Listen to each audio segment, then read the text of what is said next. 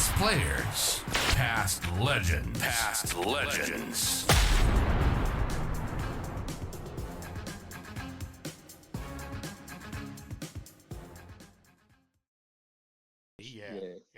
So, again, Keith, I forget who he played on, Victorian full forward, and did a really good job, which got him over the line in the All-Australian side. And Cornsey in '79 had come back, yes, I reckon, from North Melbourne. He had a point to prove, and he did it. And he won the Tassie medal. So that was fantastic. So, yeah. And then so some really good memories of state footy. Absolutely. Love playing, and I got to know players from the opposition, and they have remained mates over the years. A guy like Rick Davies, Blighty, I roomed with 1 year.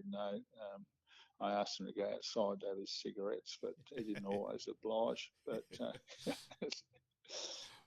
well, Barmy picked Blighty. Just said Blighty his thing, so he wanted a drinking partner. He knew that Blighty had fulfilled that role well as well.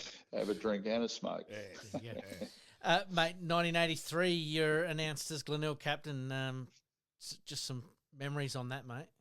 Oh, huge thrill. Obviously Graham Campbell came to the club in '83, and John Halbert moved back to Sturt.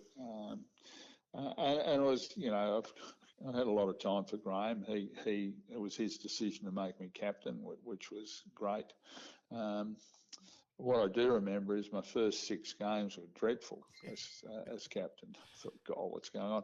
And I've passed this on to all the Glenelg captains now. Don't focus on everyone else. Focus on your own game. How you play is going to dictate to how the players around you are going to play. So, and I think I just worried. I think we lost our first 6 games. Graham Campbell got the sack. And then got reinstated.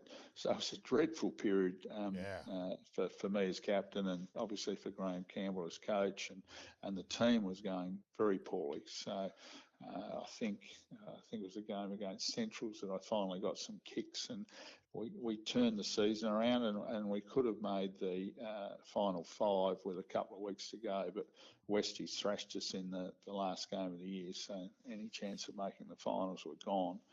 And they went on to win the premiership that year. So it was a tough first year as captain. What's your memories there when Graham, because it wasn't about round 8 where Graham was sacked and then players virtually, well, hang on, no, it's us, and reinstated. Yeah. So a pretty incredible, you're right, pretty incredible induction as captain, but a remarkable year really in Glenelg's history. And I guess that the board would say it was not necessarily only the players. There was quite a bit of supporter feedback to the board too that wasn't the right way to treat Graham Campbell, whether he was the right coach or not coach. The club had made a decision, and they needed to stick by that decision. And as I said, we turned things around later in '83. And then '84 came, and we had a pretty reasonable year in '84. I still laugh now at getting 2 games for attempting to strike. And now you wouldn't even be reported. You'd probably pay a fine for missing. I think it's just it was ridiculous at that time. But it was we played Centrals. There's 4 guys reported, me from Glenelg and 3 Centrals guys. Hannon. Yeah. Trying to remember who else. Thomas, I think. I reckon Jamie did. And one I can't remember who the other one was. I've got to be honest, Super. That night I was working at Woodlands Indoor Sports Centre, and I may have had the radio next to me to listen to the tribunal results, that came through, and there may have been a punch of the air that thinking, I reckon we're right in this now. I feel sorry for Peter, but I'm thinking then 3 Central players missed out. On you played Nord the following week because we beat Centrals. And 3, their captain, I think it was Jamie. I think Jamie was. I'll chase that up with Jamie. There was, might be someone, was a Pryor playing as well? I can't remember, but there was 3 reports. Pryor played against us because Pryor stood Neville the next week. Yeah, okay. There was three guys, Central's guys reported they all got weeks. I think Hannon got two, like I did. I think his charge was attempted to strike, but it was a particularly nasty game, and there would have been a lot more reports if TV reporting had have gone on there. There was, and that's what I think the SANFL made a decision that they were going to jump on these guys. And make them pay for whatever they did do or didn't do, and try and stamp out that violence in the games that we saw during some of those periods. There's some pretty nasty, ugly finals in those days. You took the words out of my mouth there about video tribunal. How many umpires were reporting you for attempted striking? That's probably where it gets down to. Like, how do you? I'm sitting here in bewilderment at the moment trying to work that out. You wouldn't believe it now how you get reported for attempting to strike. Yeah, so, it's just be a fine if that. Yeah, and Graham Campbell still blames that report on his coaching career. Like he still thinks he's suffered, and whether that's right or wrong, we'll never know. But it did give Nord an easier passage against Centrals, and probably I think Adam Garden had to do the rucking. We didn't really have a second ruck in '84, so Gart's got thrown on the ball and did a pretty reasonable job, I thought, but took him away from the forward line. Nord with 17 points down at the 20-minute mark against Centrals and won. And then the prelim final was a bizarre game because at one stage, Glenelg were 2 goals 14. So we 2-14. Yeah, at one stage. Good memory, I can't remember that. Then you kicked a few after that, but it was pretty close during the third quarter, if my memory serves. And then Michael Aish took over a bit, and Neville kicked a couple and got us home. And then, of course, the '84 grand final. Yeah, okay, let's be honest, biased Nord here, but that's the other grand final. For mine, it's 73 and 84. 73, I'm saying, as a neutral, was unbelievable as a kid. 21 goals to 19, everything in it, the heat, incredible. And then 84 was just a slog as well with both sides, 15 goals to 14. It was a great game as well. And coming from fifth, was a remarkable effort. I think I was asked to do some comments, and I might have, I forget what year it was, and I made some comment. I think was Hammond coaching then, or was Hammond? No, Barmy by then. Barmy was 84. Yep. So it must have been previously. So I'd made some comment in the adverts. Mike Coward interviewed me, and I said something like, Nord were fairly lucky to make the finals this year. And Bob Hammond had a crack at me about it. I thought, oh, God, got to be careful what you say publicly, don't you? Yeah, no, well, '84 they were a little slow to get going, but once they did get going, it was we came from fifth fifth spot. So from fourth. So we came from the elimination final. Beat South Adelaide pretty easily in the elimination, but then every other final could have gone either way. Absolutely. You've got a remarkable memory for Nord facts, haven't you? Probably not too bad on all there. So No, I might be better on Nord, but I'm still not too bad on the. I tell you one thing though, Super, I've got a reasonable memory, but geez, I am absolutely Z grade compared to Wally Miller. I asked Wally. Was he good, was he? I've asked Wally a question. He's just gone 13th of August 1958. And I've gone, come on, Wally, at least give us the time of day as well. Yeah, that's right. Yeah, exactly. Now, before we move on to obviously 85, 86, mate, some of the crowds back in the day, we've talked to some of our previous guests about in how, it was the halcyon days of SANFL football, but your thoughts as a young fella starting out and some of the crowds that were turning out, and then obviously leading up to some of your success there. Yeah, it was a fantastic. I feel very fortunate to have played in the golden era of SANFL footy. 70s and 80s will never be repeated. Fabulous in the crowds. I think I played in front of 25,000 at Albert in one day. It was 15,000 at Glenelg one day. I don't know how you can fit 15,000 into Glenelg Oval, but so there was and regularly there was over 40,000 going to every the week. 5 games, every week. So an average of 8,000 at every game, which was just remarkable. Oh, and So, yeah, it was great footy and a great time, and as I said, I felt very privileged to be part of those 70s and 80s. Oh, it was. It's just incredible in terms of, it was the main four in terms of the crowd pullers, Port, Sturt, Nord and Glenelg. But back then, but variably if one of those, that matchup, well, 12 was almost a disappointing crowd, and it was, were in, yes, I've been in Glenelg with 15,000 and don't dare move, and the same thing, 20,000 at Nord where, Mum, right, go to the toilet beforehand and then bang. Yeah. And it was bang, you got in there and that was it. You didn't move. Yeah, didn't move. You couldn't move. Where now you can't do that under health and safety. All that side of things. Yep. So, Peter, when did you nearly go to St Kilda? And go through that story, mate. Oh, well, it was Melbourne before St Kilda. Right, I actually signed with Melbourne, I think in 1974. Right. They showed an interest after the grand final, and Jim Cardwell, who was the, I don't know what they called them there, secretaries or general managers, I'm not sure. So they made an approach, and I did look at going, I think it was 1975. I'd actually enrolled in university over there, so it was my intention to go, but Melbourne had made an offer, and Glenelg actually beat the offer. So I said to Melbourne, sorry, I'm staying at Glenelg. They've made a better offer than you've made. And Jim Cardwell said, "Oh, we can improve our offer." I said, "Sorry, Jim, you're too late.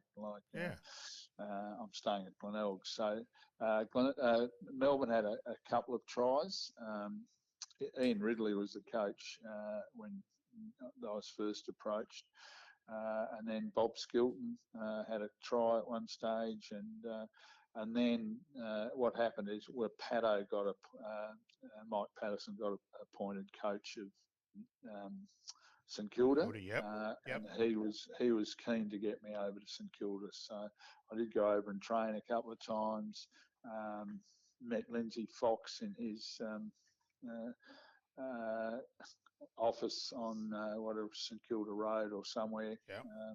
He threw some cash in front of me that thought would entice me to go and play footy there. But I was more interested in how the team was performing, and St Kilda weren't going particularly well then. So, but my Form 4 got swapped when Carl Dittrich went from St Kilda to Melbourne. My Form 4 must have been part of the deal, went from Melbourne to St Kilda. But geez, legally you couldn't do that nowadays. Yeah. That's it. Yeah. But anyway, it didn't happen. I did train over there a couple of times, but they didn't really impress me as a club, going anywhere at that stage. So decided to stay at Glenelg, and Glenelg have been absolutely wonderful to me over a long period of time. So I don't regret not going.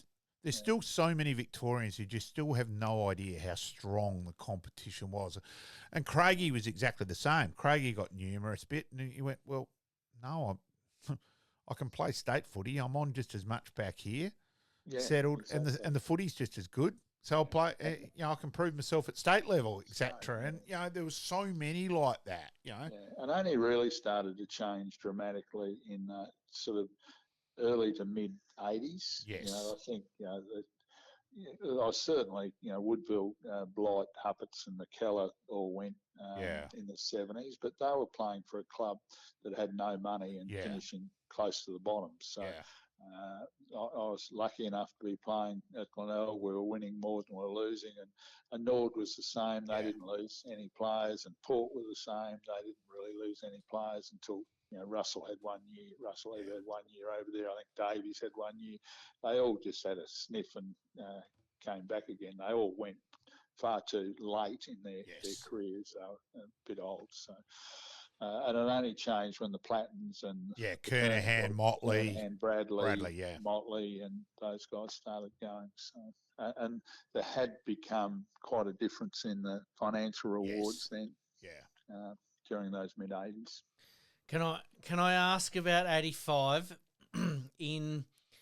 Was it true, the rumour that Jack Elliott had sort of wanted to recruit some of the Carlton faithful, I suppose, from Glenelg, and he basically tipped in a few dollars to keep the players there for one more year, so that way Glenelg got a premiership under their table?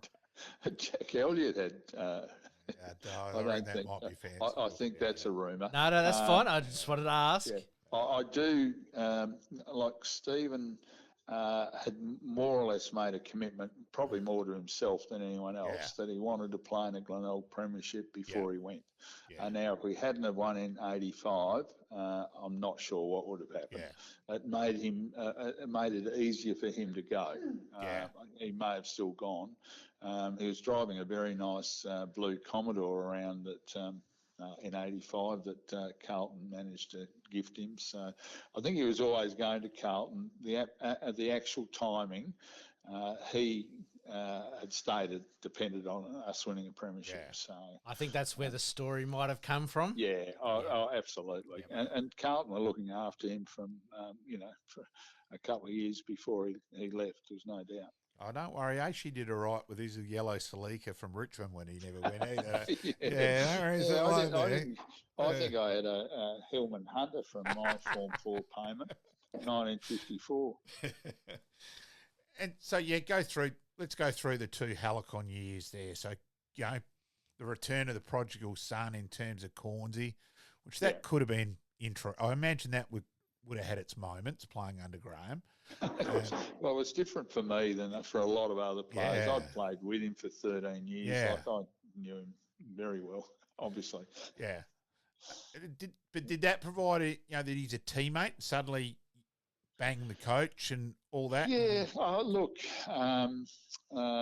we probably had our moments, not on the field or at training or whatever, but we didn't always agree on everything. One of the things he did try and do was try and get me to training on time. So, unbeknownst to me, he'd gone to my boss he ran at Coke, Coca-Cola, at Coke, and said to my boss, "Can he get to training half an hour early?" And my boss said, "Entirely up to him. He can go when he feels he needs to go." Which I didn't know this conversation had gone on. So I used to rock up. Our reps used to come. I was the sales manager at one of the divisions there. And our reps didn't come back from on the road until after 4. So they had questions and needed to be organised. And I'd try and get away, around 5 or a bit before 5 if I could. But my biggest priority was to make sure the reps were in a good place. So Cornsey had kept the players back from going out in the training track until I got there on a couple of occasions. And the players thought that was not a smart thing to do. And Cornsey gave up after a while. And then I found out he had spoken to my boss. And my boss said exactly what he thought, like it was up to me. And I was 29 years old, wanting to get a career going because I'd had a number of different jobs when I was younger. And Coke was, for me, was going to be my career, and I was going to try and put my best foot forward at Coke. So if that meant getting to training late, that was sort of bad luck. So, so Corns and I had a bit of a battle over that.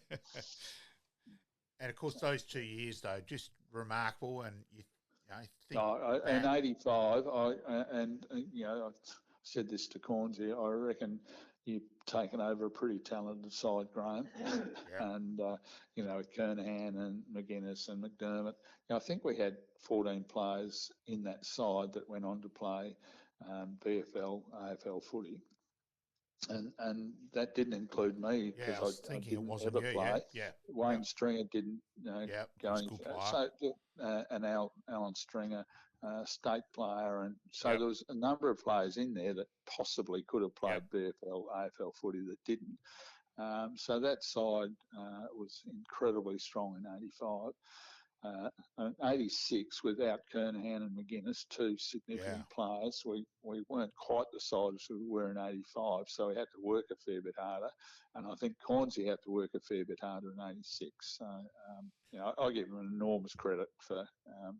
We hadn't won a lot of premierships, so he doubled our premierships in 2 years. And of course, that '85 grand final, North Adelaide started really well, and David Robertson went for a bounce and stuffed up the bounce, and that went him streaming right forward. So just showing my memory's not only Norwood, Super.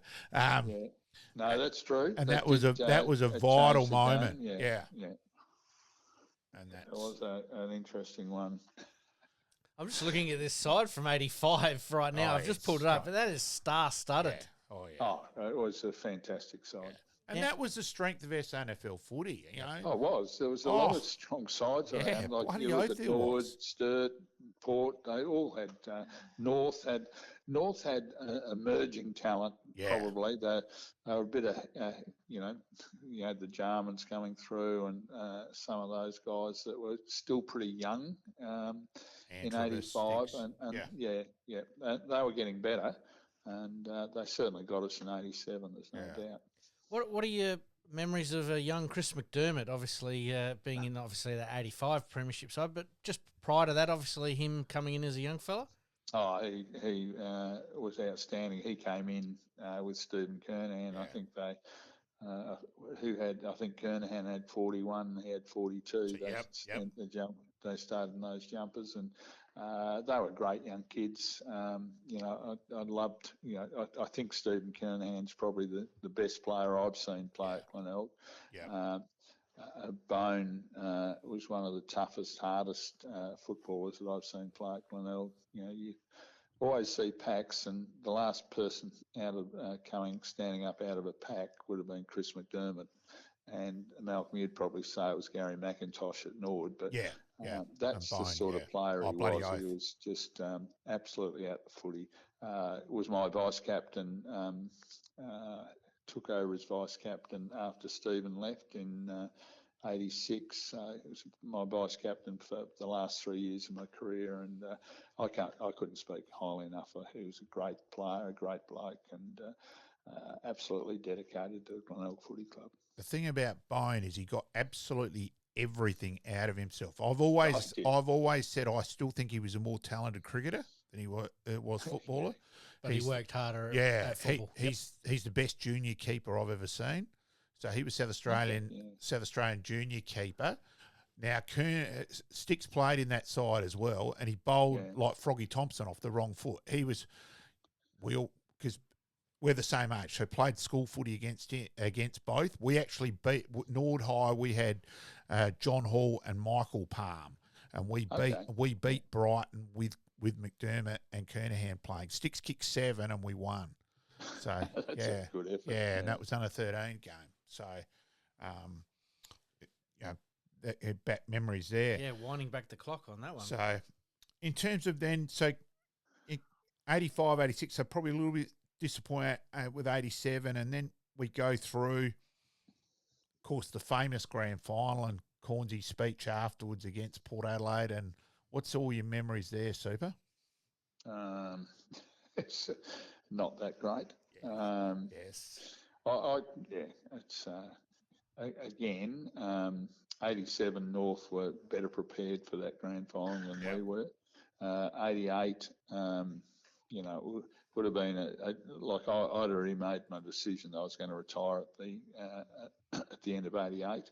Hadn't told the players or whatever. I think it was more important to focus on the game at hand. Right. And Port were too good for us. So, I still think you have a look at it. The fact that we played 4 grand finals in a row, and we were losing players to the AFL or VFL every year.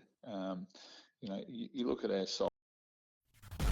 Liking this podcast? Please like, rate, and subscribe.